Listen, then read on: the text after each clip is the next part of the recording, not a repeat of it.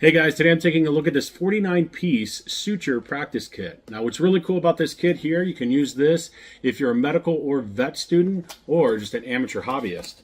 What I think is really cool about this, it does have a nice high quality materials all the way throughout, so you're going to get the real experience here. Favorite part about this by far though is the actual carrying case. You can see here, very nice thin design. It's kind of got like a little bit of foam feel to it on the outside to make sure everything's protected. And this just is going to be great. You can shove this in your backpack. You can put it in between your seats of your car in case you need it in an emergency to actually suture somebody. You can see here when you open this up, you have your full kit. Now, in the kit, you're going to get a bunch of this filament here, and this is going to be all different sizes for your sutures. You are also going to get a number of these surgical blades, and what's cool about this, you can see here there's a bunch of different sizes, shapes and stuff like that. These are all going to be a single-use high carbon steel. You can see here a little closer look, you can see how thin those are. Pretty cool design. I think that those are nice. These I think are pretty cool too because they all come in that package. Another thing that's really nice is you're going to get your little practice pad. Now, what's cool about the practice pad is that, and this is kind of weird but really neat about it, is it feels like skin. So when you pull this out, you can see here it has this nice texture and it's kind of dense.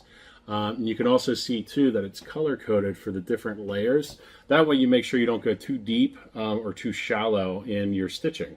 Again, I think that's really cool. This is what really kind of the meat of the whole potato here.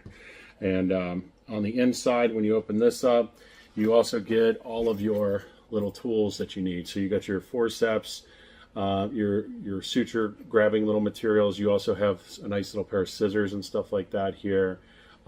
Different sizes, different angles, you can see that. So let's go ahead and get a closer look at this and we'll give the suturing a try. Alright, so here's a closer look. You can see here you have your pouch. What I like too about the pouch is that if you take this off nicely, you can actually reuse this.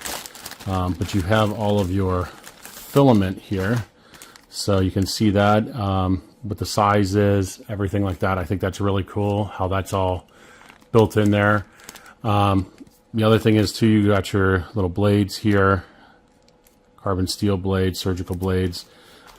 Here's a closer look at that skin pad. Very cool, textured, and again, I think it's neat that it has the layers here. And then you have all your tools. So let's go ahead and give it a try. Alright, first thing you do, take out your filament here. See that? It is nice. It has this little cardboard on here to make sure you're protected from the needle. And then what you're going to do is grab the back end of the needle here. A little bit towards the back like that, and you can take your filament out as well.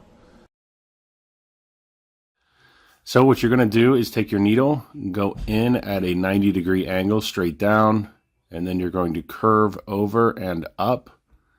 You're going to want to try to be about 1 centimeter away from the actual cut. You can see here, you can definitely use those tweezers to help you out with pulling that filament through.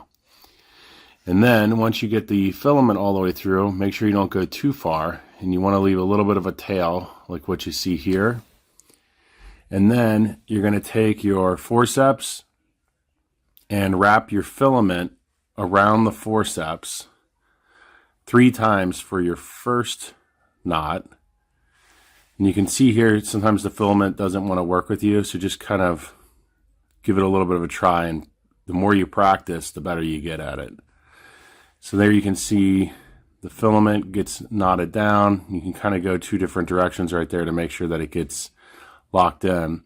Now the key here is to do another loop, but you want to go the opposite direction that you went the first time. And you can see there that helps really solidify the knot. And then go ahead and do one last knot in the opposite direction of the second knot. You can see here, sometimes the filament actually will work with you because it's tending to pull the one direction. Once you have that, you're basically done, and all you need to do is take your little cutters here and cut the tails off.